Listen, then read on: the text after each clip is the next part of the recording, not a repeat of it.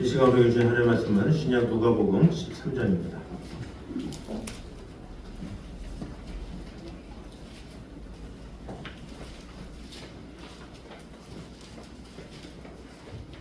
누가복음 13장 10절에서 17절까지 말씀입니다.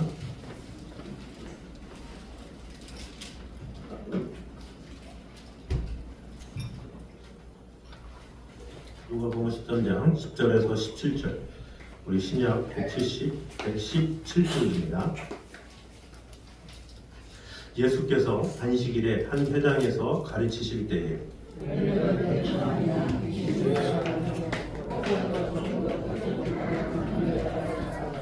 예수께서 보시고 불러 이르시되 여자여 내가 네 병에서 놓였다 하시고 회당장이 예수께서 안식일에 병 고치시는 것을 분내어 무리에게 이르되 이럴 날이 엿새가 있으니 그동안에 와서 고침을 받을 것이요 안식일에는 하지 말 것이니라 하거늘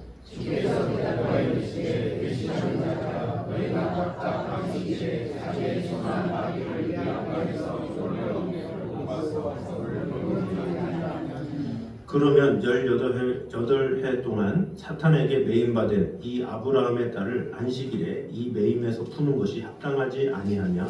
예수께서 이 말씀을 하시매 모든 반대하는 자들은 부끄러워하고 온 무리는 그가 하시는 모든 영광스러운 일을 기뻐하니라. 아멘.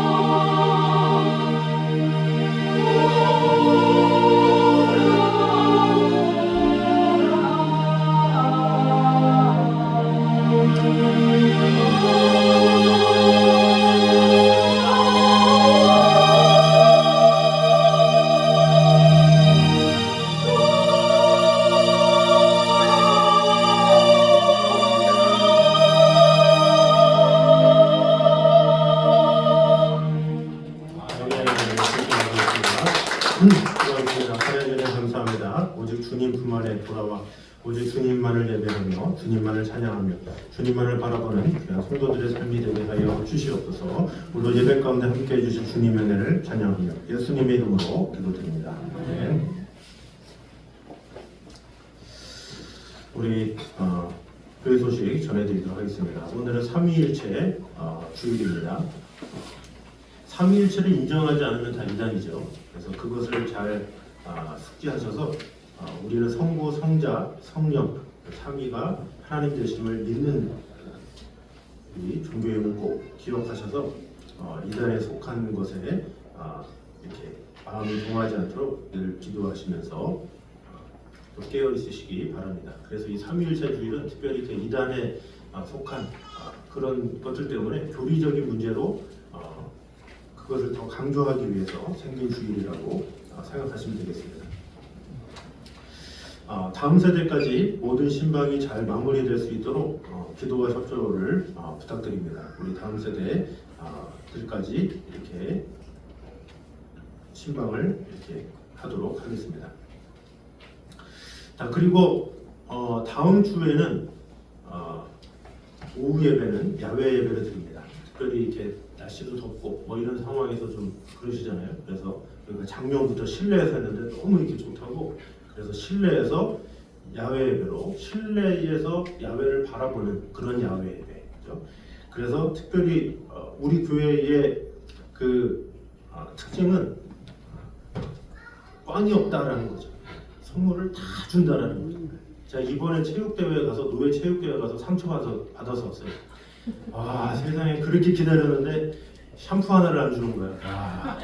앞에 있는 그 비전교회 목사님이 그 빨래 세탁 그걸 받았어요. 그거 보고 제가 그러면서 미리 부르더라고 그분을. 그래서 이 빨래 그걸 받다니 막 그러면서 놀렸는데 끝나고 제가 못 받아가지고 오히려 배가 아파가지고 참 세상에 제가 그 진행하시는 목사님은 엄청나게 뭐라고 했어요. 이렇게 진행하시면 안 된다고. 그래서 그분이 많이 사과하시고 1년 뒤에 잘 해주신다고 했습니다. 그래서 사실 이 체육대회든 뭐 야외 예배든 진정한 기쁨은 선물 아니겠습니까?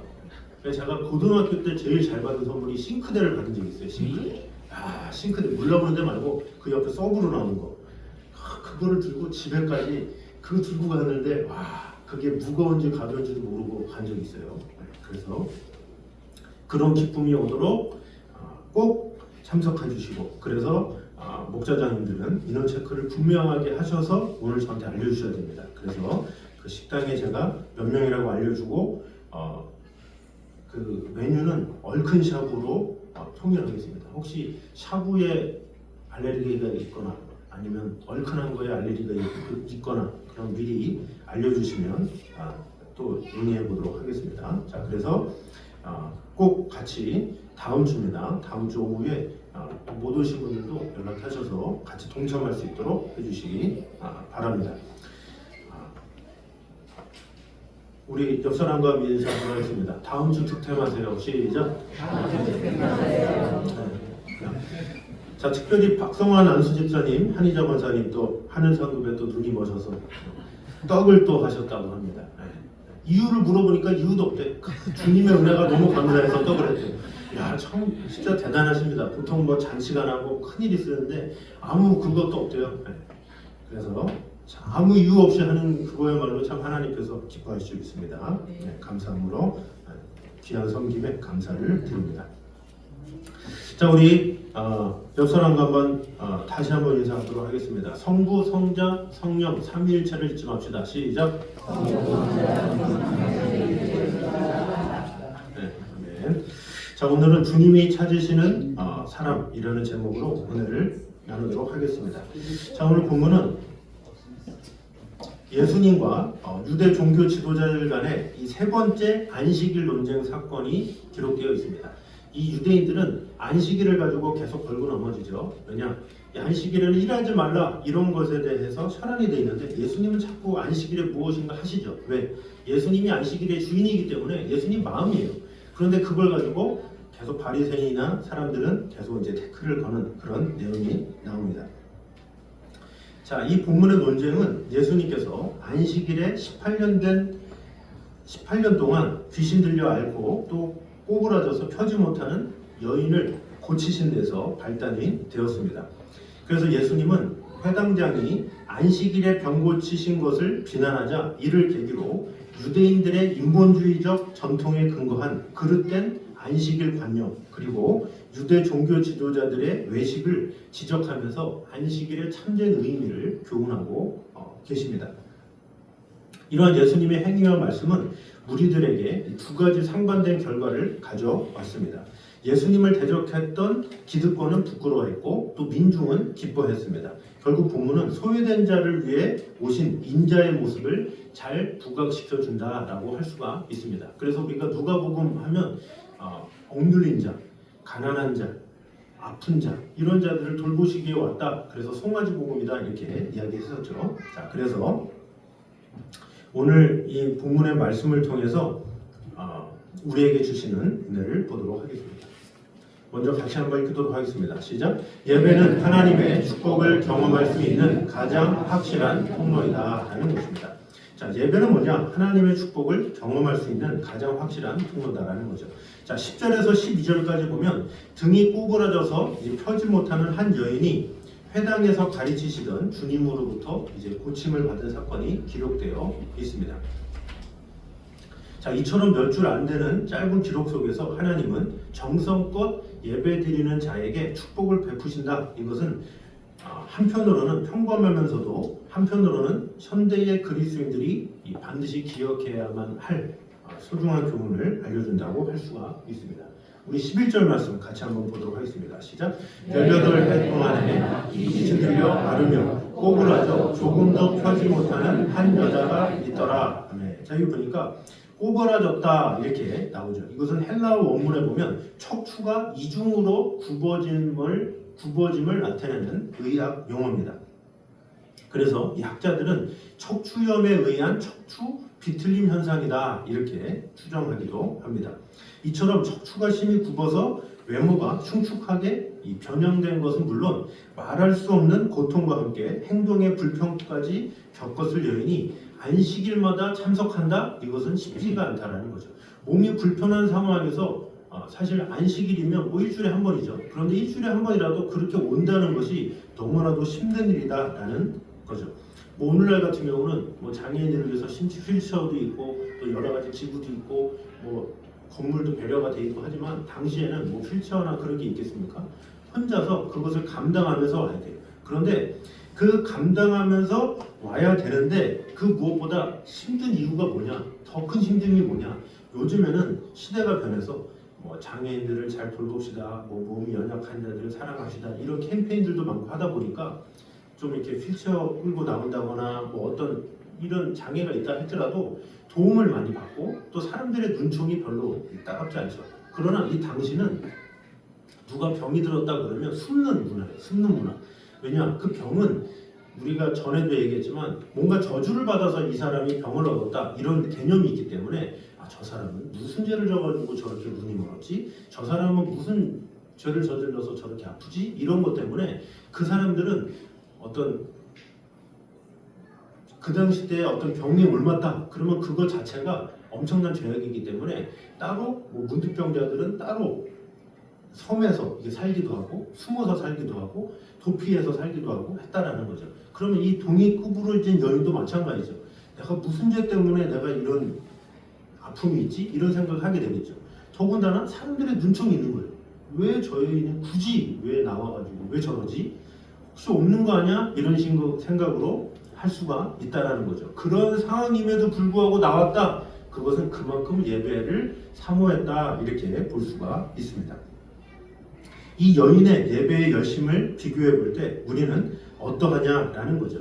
대부분의 이 교회들을 보면 오히려 건강하고 날씨도 좋고 또 놀 것도 많고 그래서 예배를 안 나오는 성도가 참으로 많아요. 그 지금도 뭐 롯데월드나 뭐 이렇게 놀이동산이나 아니면 재미있는 이런 데 가도 교회 다니는 분들 많아요. 거기서 큰 소리로 집사님 부르면 이렇게 놀라서 보는 분도 있을 거예요. 막. 그 왜 그렇겠습니까? 시대가 편해지고 막 하다 보니까 고통도 없고 어려움도 없고 뭐 살기 힘들고 그런 것도 없고 그러니까 날씨도 좋고 돈은 많고 그러니까 이제 노는 경우가 많이 있다라는 거죠. 그래서 오히려 지금은 안타까운 현실이 교회에서 오히려 예배 나오세요, 예배 나오세요. 참 이런 게 안타까운 거예요. 우리가 예배를 드리는 이유가 뭡니까? 뭐 누구 체면을 올려드리기 위해서 드리는 겁니까? 하나님 체면을 위해서? 아니면 내가 이렇게 나와야 그래도 뭐 주위에서 뭐 이런 것 때문에 합니까? 또 단지 하나님의 영광만을 위하여 드리는 하나님의 왜 영광만을 위해서 해야 되지? 참 괴롭네. 혹시 이런 생각을 갖는 분이 있습니까? 이런 생각이 참 잘못된 것이죠. 예배는 사실 우리가 하나님의 은혜와 축복을 체험할 수 있는 가장 확실한 통로다라는 거죠. 예배가 뭐죠? 하나님께 영광을 돌리는 행위죠. 하나님께 영광을 돌리면 하나님께서 가만히 있으시겠습니까? 예배를 드리는 자 한 사람 한 사람을 보고 계시는 거예요. 그래서 그가 정말로 영과 진리로 드리는가? 그것을 가지고 그 영혼을 기뻐해 주시고 복을 주시고 은혜 주시고 함께 하시죠.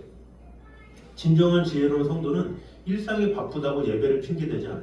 그 무엇보다 예배의 최우선을 드리죠. 예를 들어 보겠습니다. 한 대기업의 사장님이 사원들을 너무 좋아해요. 사원들과 함께 하길 원해요. 그래서 토요일날 밤에, 그것도 일하는 날도 아니고 토요일날 밤에 사원들한테 그날 우리 모이시다 이렇게 모임을 가진 거예요.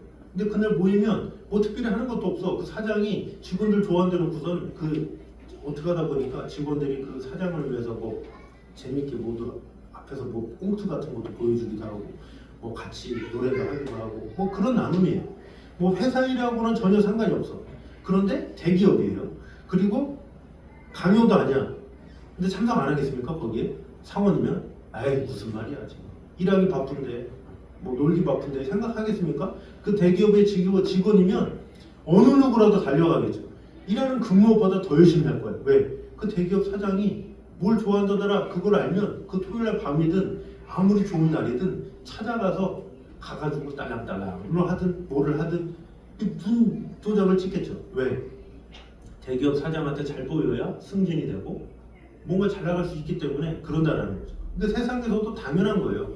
세상에서 내가 너무 이 사장을 위해서 내가 너무 헌신하는 거 아니야? 그거 당연한 거죠. 왜? 그래야 매출이 잘 되면 자기가 잘 되고 또 사장하고 관계가 좋으면 더 빨리 승진되고 잘 되는 거기 때문에 하나님과의 관계도 마찬가지다라는 거죠. 하나님 앞에 예배하는 거 내가 너무 헌신하는 거 아닌가? 내가 너무 내 몸을 그렇게 혹사하는 거 아닌가? 그런데 나의 마음을 오히려 하나님이 아셔서 우리에게 더 복 주시기 위해서 더 은혜 주시기 위해서 하나님은 우리를 가장 좋은 길로 예비하신 분이다라는 것이죠. 그래서 우리는 누구의 체면을 위해서 하든 누구를 기쁘기 위해서 하게 하든 그거와 상관없이 예배라는 그 자체가 나에게 가장 큰 행복이요, 가장 큰 기쁨이요, 가장 큰 복이다라는 것을 우리는 알아야 합니다.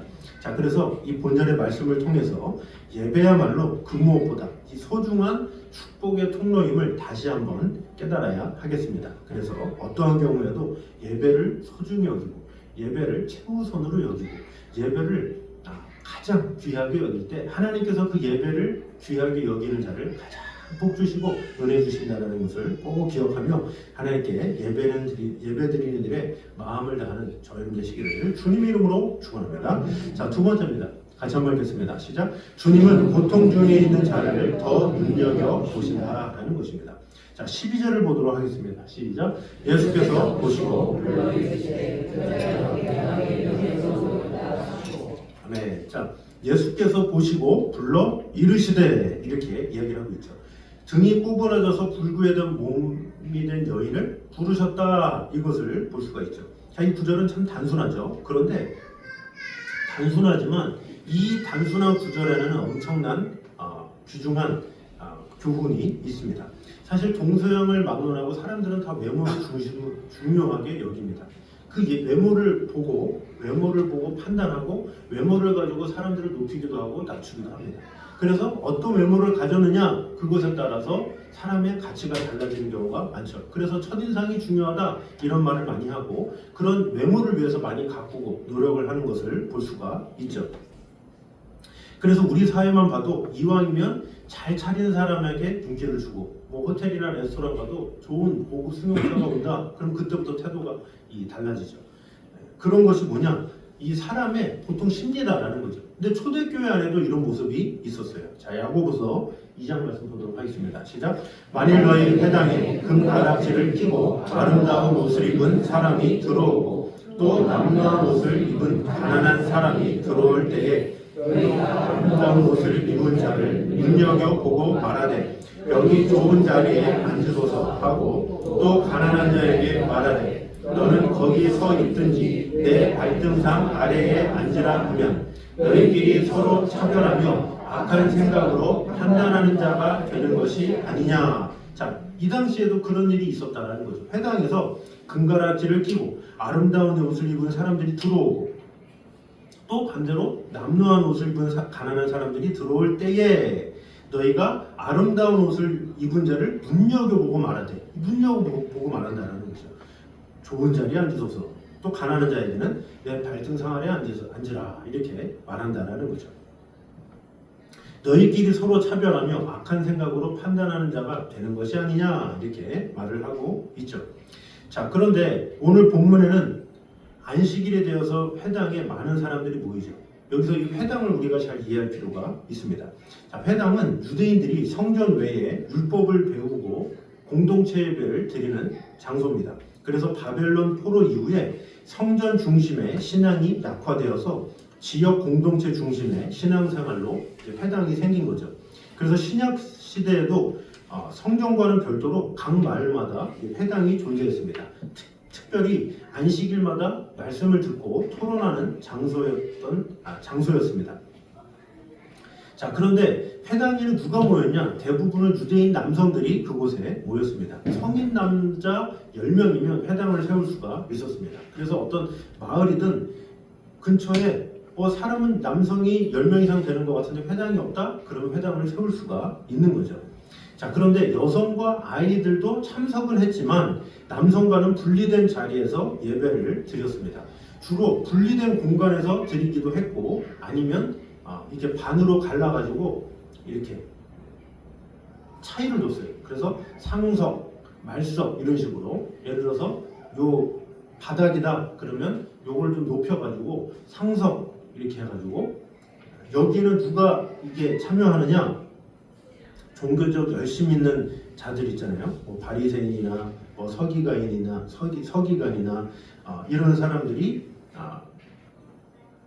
참석하고 또 부유한 자, 또 뭔가 가진 자들, 뭐 이런 사람들이 상석 그리고 맨 앞자리에 이렇게 앉겠죠. 그리고 조금 내가 이 사람보다 좀 덜 가진 것 같다라거나 본인이 그럼 조금씩 이렇게 뒤로 밀리고 그리고 여기는 아예 이렇게 패여 있어가지고 요 밑으로는 이제 여자나 아이나 그 뒤에 저 뒤에 이제 꼬부라진 여인이나 아니면 병든 사람이나 아픈 사람이나 그런 사람들이 저 뒤에 있는 거예요. 그 회당이 마을에 모였으니까 보통 유대인 개념이면 얼마나 막 들썩들썩 했겠습니까? 근데 그 들썩들썩한 상황 가운데 예수님은 모든 걸 다 보시기 때문에 그곳에서 꼬부라진 여인을 다 보셨다라는 거죠. 이것이 참 귀한 거예요. 그냥 동일하게 있는 상황에서 본 게 아니라 여기에 상석에 당연히 사람들 입장에서는 뭔가 상석에 있는 사람들을 많이 보는 경향이 있을 수 있잖아요. 그러나 상석도 아니고 여기 말석에 여자와 아이도 아니고 그 뒤에 아예 사람들이 보지도 않는 그런 곳에서 꼬부라진 여인을 봤다라는 것이죠. 그래서 가난한 자들은 남루한 모습으로 한쪽 구석에 있던 상황이다라고 볼 수가 있습니다. 자, 그래서 이런 상황에 대해서 마태복음에서도 예수님이 이렇게 말씀하고 있죠. 시작. 그들의 모든 행위를 사람에게 보이고자 하니 곧 그 건물들을 하며 옷을 비리하고 잔치의 일자리와 회당의 동행자와 회당에서 문화하는 것과 사람에게 납비나 칭함을 받는 것을 좋아하느니라. 아멘. 자, 그들의 모든 행위를 사람에게 보이고자 하나니. 자, 사람에게 보이려고 어떻게 하느냐? 경문의 띠를 넓게 하고 옷을 길게 하고 잔치의 윗자리와 회당의 높은 자리와 시장에서 문안받는 것과 사람에게 랍비라 칭함을 받는 것을 좋아한다 이렇게 이야기를 하고 있죠. 그런 사람들이 앞에 막 들실들실해 서로 잘 보이겠다고. 근데 그것에 대해서 어떻게 돼요? 예수님은 그런 것에 관심을 갖지 아니하고 저 남루한 여인에게 저 병든 여인에게 관심을 가져서 일어나와라. 그래서 그를 치료해 주셨다라는 것입니다.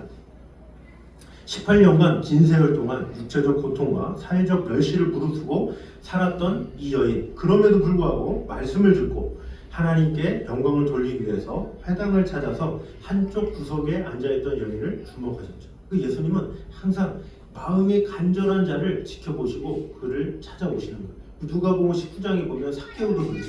키도 작고, 그런데 그 돌무화과 나무 위에 올라가서 그 간절함을 보셔서 삭개오야 내려와라 이렇게 하는 것처럼, 주님은 하나님의 은혜와 사랑이 과연 누구에게 나타나는가, 그것을 보신다는 거죠. 사람은 인간이기 때문에 어쩔 수 없어요.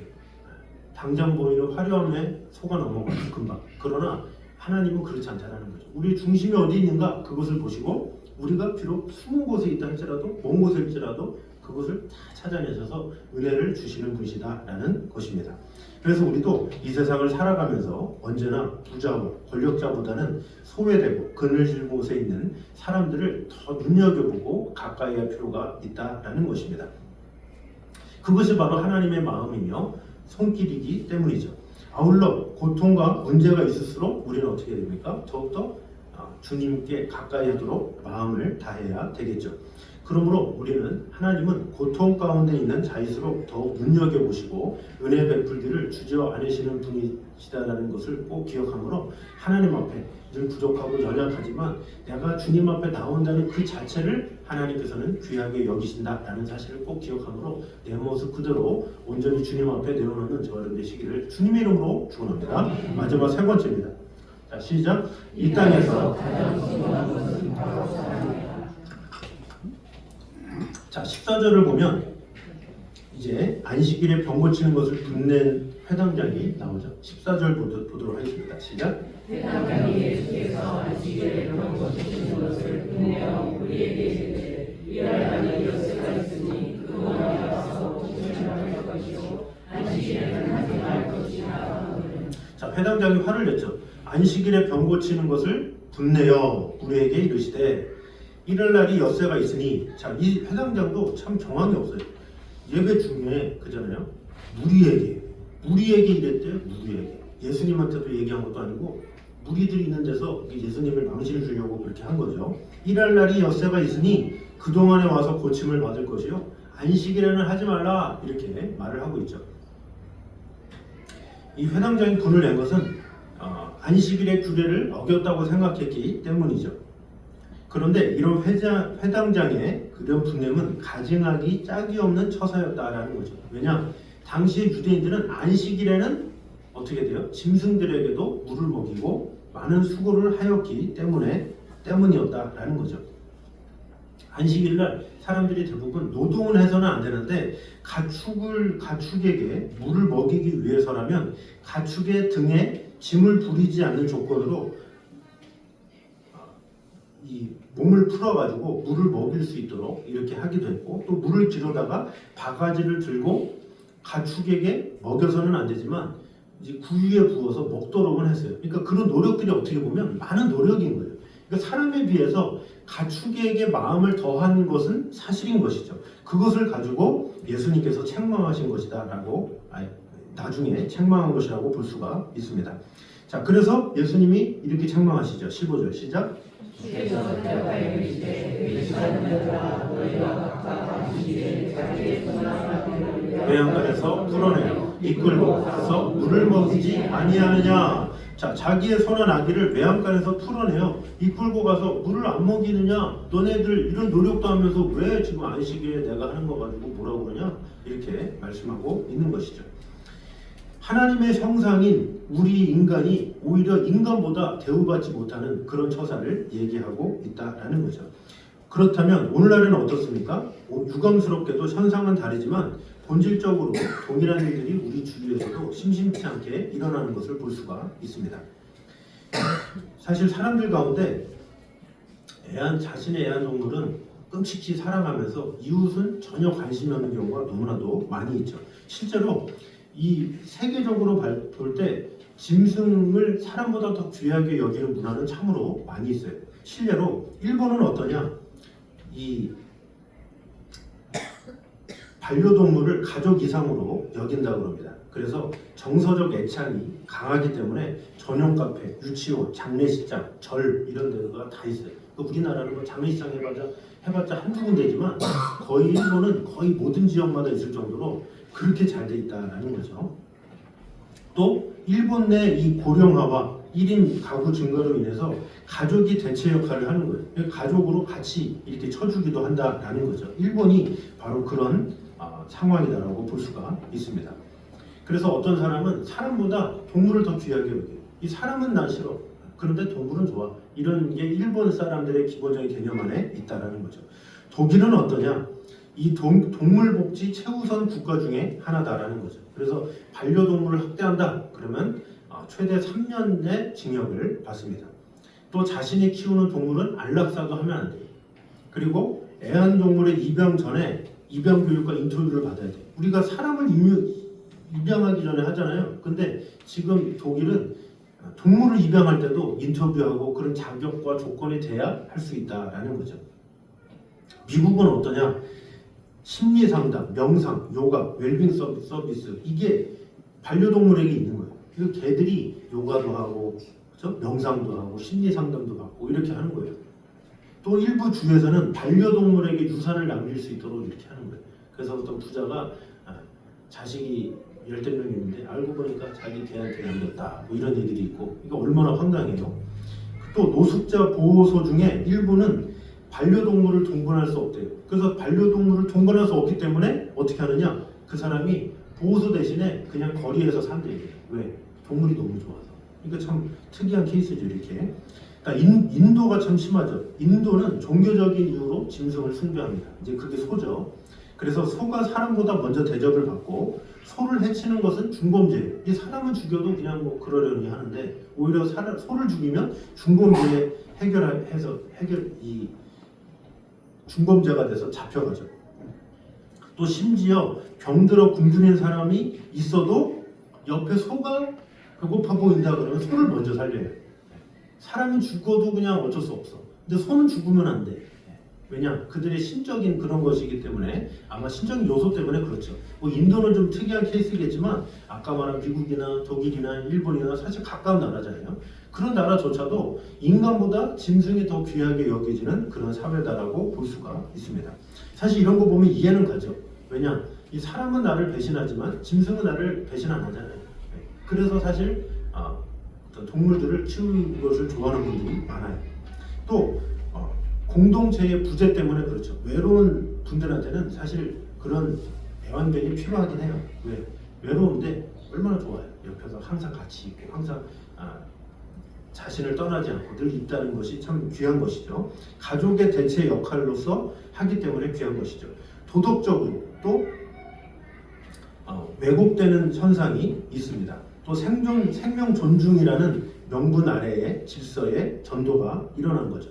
그래서 계속해서 짐승이 귀하다 하다 보니까 나중에는 짐승이 사람보다 우위에 있는 그런 경우가 이런 문화 가운데 생기게 된다라는 거죠. 자, 그럼에도 불구하고 우리에게 중요한 것은 무엇입니까? 인간의 생명이죠. 그럼에도 불구하고 왜? 우리는 하나님의 형상대로 지음을 받았기 때문에 그래요. 그것이 중요하고 또 우리 인간과 짐승은 같이 흙으로 지었지만 짐승은 생기가 없잖아요. 그러나 우리에게는 생기가 있어요. 영혼이 있다라는 거죠. 그래서 우리 인간은 고귀하다라는 거죠. 하나님의 형상대로 지음을 받았기 때문에 인간만큼 고귀한 존재가 없다라는 것이죠. 그러면 현대교회는 짐승보다 못하게 여겨지는 이 사람들의 고통에 어떻게 응답하고 있냐라는 것이죠. 그 예수님의 관심은 무엇이냐? 짐승을 학대해라 이것이 아니라 짐승에게 대하는 것 이상으로 사람에게 해줘야 되지 않느냐 이렇게 말을 하고 있는 것이죠. 그래서 우리는 주위의 모든 것에 사랑을 베풀 때 특히 주위에 가난하고 고통받는 사람들에게 가장 먼저 사랑을 베품으로써 낮고 천한 우리를 위해서 이 땅에 오신 그리스도의 사랑의 정신을 삶 속에서 실천하고 증거하는 저와 여러분 되시기를 주님의 이름으로 축원합니다. 자, 그래서 결론을 맺으면 17절을 보도록 하겠습니다. 17절 시작. 예수께서 이 말씀을 하시매 모든 반대하는 자들은 부끄러워 온 무리는 그가 하시는 모든 영광스러운 일을 기뻐하니라. 아멘. 자, 이 말씀을 하심에 이것이 15절 16절 말씀이죠. 안식일에도 병을 고치는 것이 합당하다라고 말한 15절 16절이에요. 이 말씀을 하심에 모든 반대하는 자들은 부끄러워했다. 회당장은 부끄러워했죠. 그러나 온 무리는 그가 하시는 모든 영광스러운 일을 기뻐했다라고 이야기하고 있죠. 찬양했다, 예배했다. 자, 이게 뭐예요? 바로 예배다라는 거죠. 찬양이라는 것은 하나님을 높이고 기뻐하고 영광 돌리는 그런 일이다라는 거죠. 예수님께서 이런 말을 했을 때 얼마나 많은 사람들이 환호했겠어요. 주여 참 귀하십니다, 놀랍습니다 하면서 하나님께 영광을 돌렸죠. 자, 그러면 우리는 거꾸로 바로 이 부분에서 출발해서 이러한 예배와 축제가 일어났던 과정을 역추적해 나감으로써 진정한 예배가 과연 무엇인가 그것을 발견할 수가 있습니다. 그 과정을 다시 보면 14절에 예수께서 등이 굽은 여인을 치유해 주시자 회당장이 몹시 분노하고 주님께 불만을 표시한 장면이 나오죠. 우리 14절을 다시 한번 읽어보도록 하겠습니다. 시작. 회당장이 예수께서 안식일에 병을 고치는 것을 본내어 우리에게 여태가 있으니 그동안에 와서 고침을 받을 것이요 안식일에는 하지 말 것이니라 하거늘. 자, 여기 보면 회당장이라고 얘기했잖아요. 사실 몇몇 사람들이 생각했을 수도 있어요. 왜냐? 유대인들의 개념에는 안식일에는 병 고친다는 게 있을 수 없는 거기 때문에. 더군다나 회당장은 더하죠. 왜? 자신은 대표자잖아요. 그 자신이 어떻게 하냐에 따라서 예배 분위기가 달라지는데 이 회당장의 입장에서는 왜 지금 병을 고쳐? 왜 지금 회당에서 해야 할 일은 안 하고 왜 정말 엉뚱한 일을 하고 있어? 이런 생각을 할 수 있다라는 것이죠. 사실 당시 회당장은 그 지역의 유지급에 해당하는 인물입니다. 그래서 그에게는 예배 질서를 유지해야 될 책임이 있었기 때문에 예수님한테 따진다? 있을 수 있는 일이다라는 것이죠.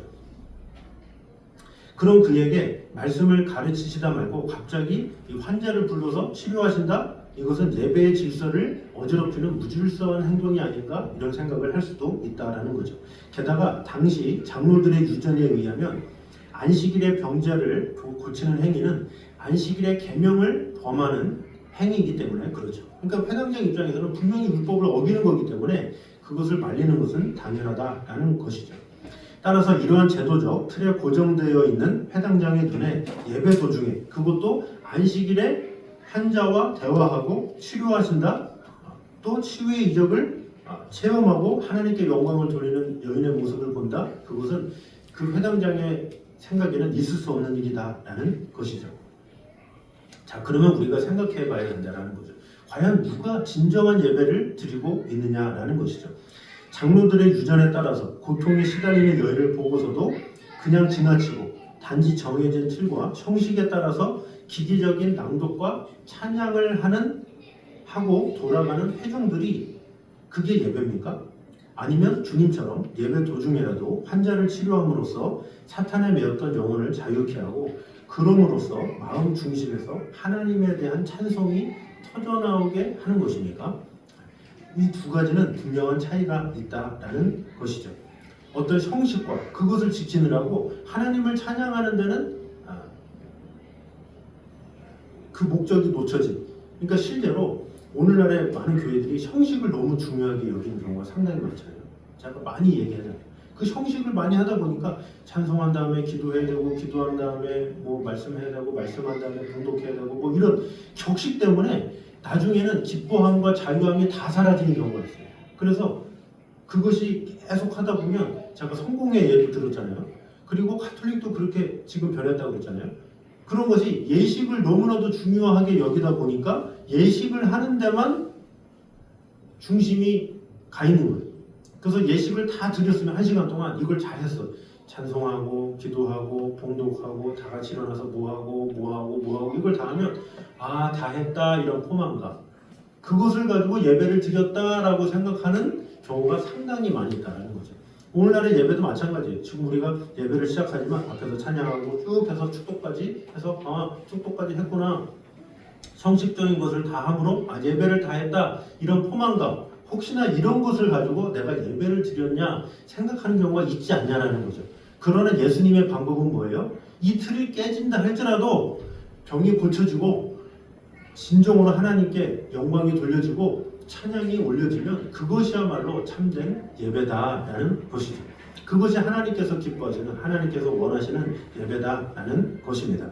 그래서 이 땅에서 소중한 것은 바로 사람이고 그 인간을 구원하는 것이 진정한 예배다라는 사실을 우리는 알아야 합니다.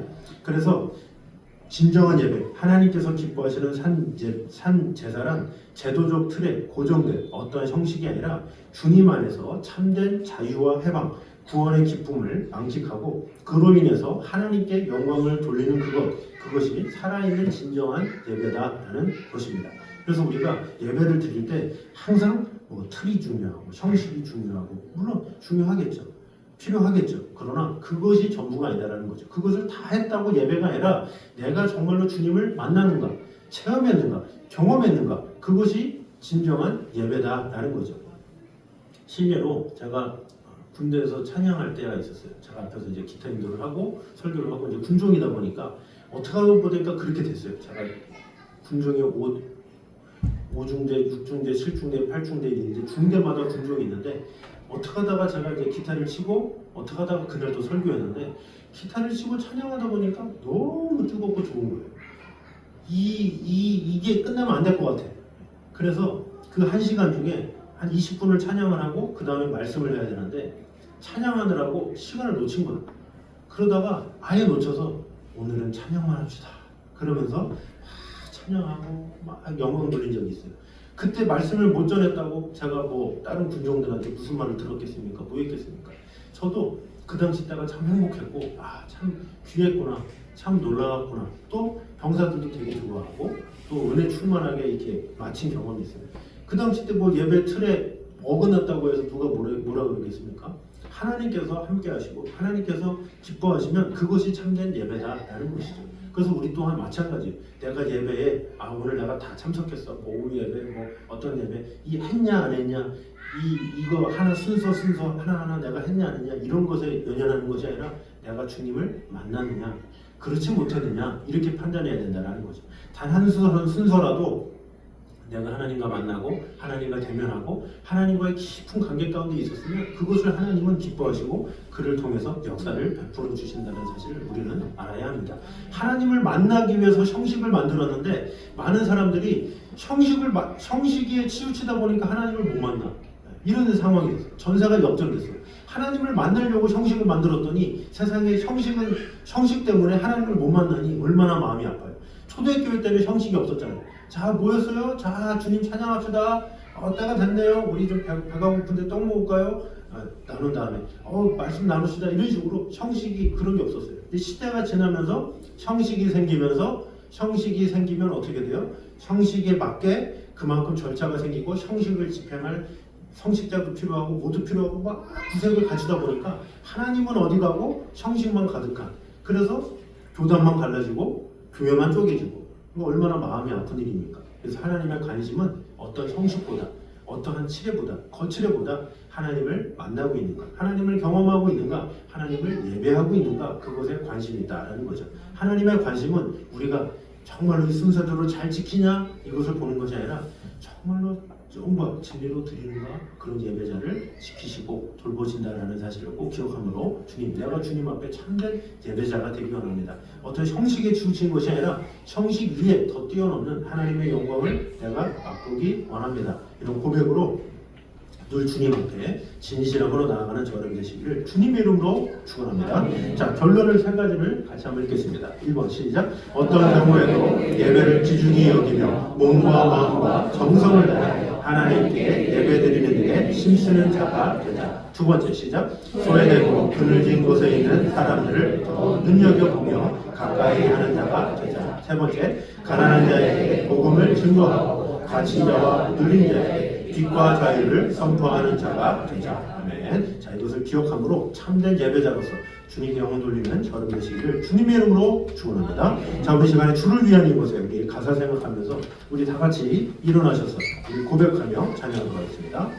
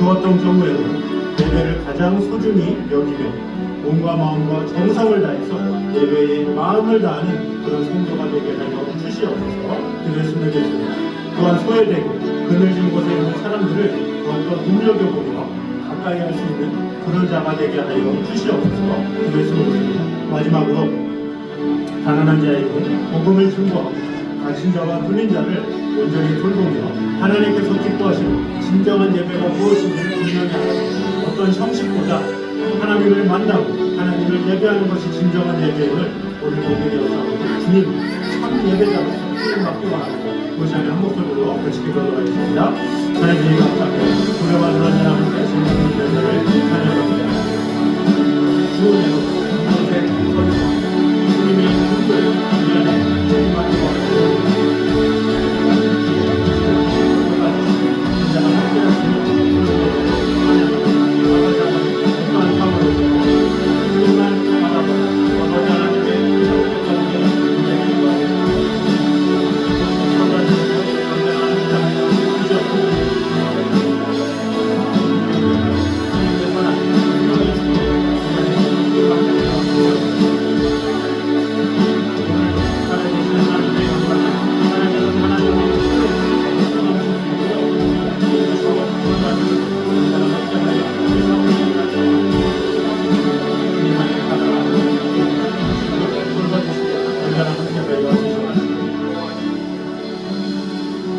하나님 감사합니다. 어떤 경우에도 예배를 소중히 여기는 자가 되게 하여 주시옵소서. 이 세상에 그 어떤 것도 그 어떤 바쁜 일도 예배와 대체할 수가 있겠습니까? 그 예배를 통해 하나님께 영광을 돌리는 것이 나에게 얼마나 큰 기쁨이요 나에게 얼마나 큰 보상이라는 것을 우리가 알면도 불구하고 그것을 소홀히 여겼음을 용서하여 주시옵소서. 예배를 소중히 여기며 그 예배 가운데 하나님의 임재를 경험할 수 있도록 주님 인도하여 주시옵소서. 또한 외모로 사람을 취했던 것을 용서하여 주시고 소외되고 그늘진 곳에 있는 사람들을 더욱더 눈여겨볼 수 있는 그런 마음을 허락하여 주시옵소서. 그러므로 가난한 자에게 복음을 증거하고 갇힌 자와 눌린 자에게 빛과 자유를 온전히 선포하는 자들이 되게 하여 주시옵소서. 또 예배로 말미암아 주님 언제나 함께 하시되 형식에 치우쳐서 하나님을 만나는 것을 놓치지 않게 하여 주시고 오직 하나님의 영광을 맛보기에 부족함이 없으며 하나님의 나라를 위해서 마음을 다하는 그런 성도들의 삶이 되게 하여 주시옵소서. 오늘도 이 자리에 나와 예배한 모든 성도들과 가정 위에 언제나 함께 해주시고 드려진 예물 외에도 하나님의 축복과 은혜가 가득 임하게 쓰임받을 수 있도록 축복해 주시고 함께 하여 주시옵소서. 이제는 우리 주 예수 그리스도의 은혜와 아버지 하나님의 무한하신 사랑과 성령님의 교통하심 우리와 늘 언제나 함께 하시는 하나님의 나라와 그 영광을 위해서 마음을 다하기 원하는 하나님을 만나기에 힘쓰기 원하는 이 자리에 있는 모든 성도들과 가정 위에 이후부터 영까지 함께 있기를 간절히 축원하옵나이다. 아멘.